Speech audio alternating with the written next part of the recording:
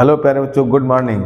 How are you? I hope you are very well. Today I am discussion about relation between small g and capital G. जैसा कि हम लोग इस अध्याय में स्मॉल जी और कैपिटल जी में संबंध को ज्ञात करेंगे।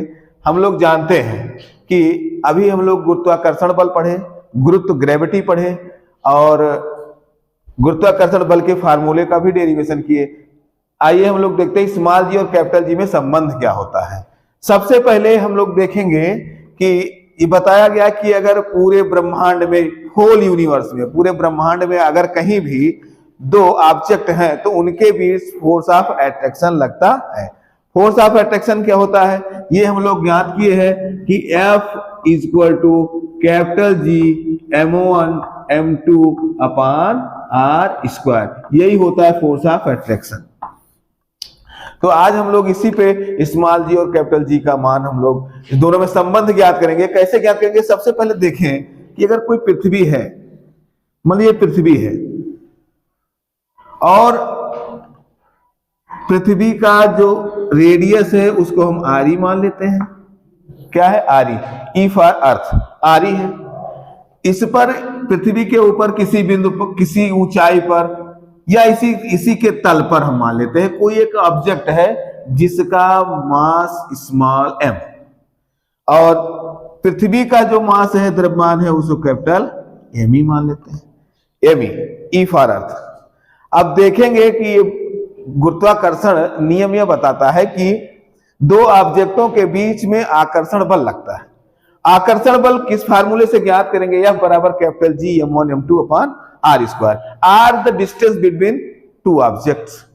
तो अब लोग हम देखें कि अब ये ऊंचाई पे नहीं, ये इसकी सतह पर है, तो इसकी जो दूरी होगी उसकी त्रिज्या के ही बराबर होगी। तो पृथ्वी और इस ऑब्जेक्ट में जो आकर्षण बल लगेगा उसको हम लोग ज्ञात करेंगे।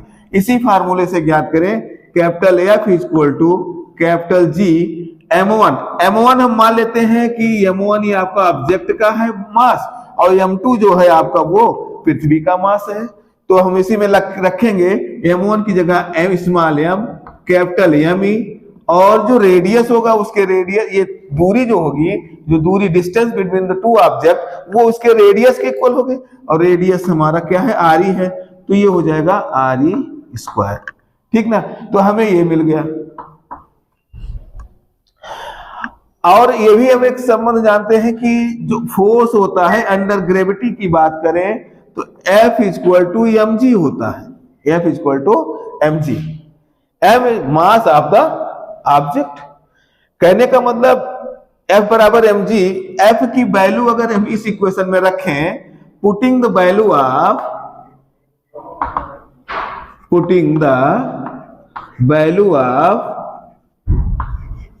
Of F in equation first, पहले समीकरण में हम F का मान रखते हैं तो क्या होता है? F इक्वल टू हम यहां रखेंगे m g equal to capital G small m capital M E upon R E का स्क्वायर। एम एम हमारा कैंसिल हो गया, तो हमें मिला क्या? Capital G equal small g equal to capital G M E upon R E square, ये हमें मिल गया।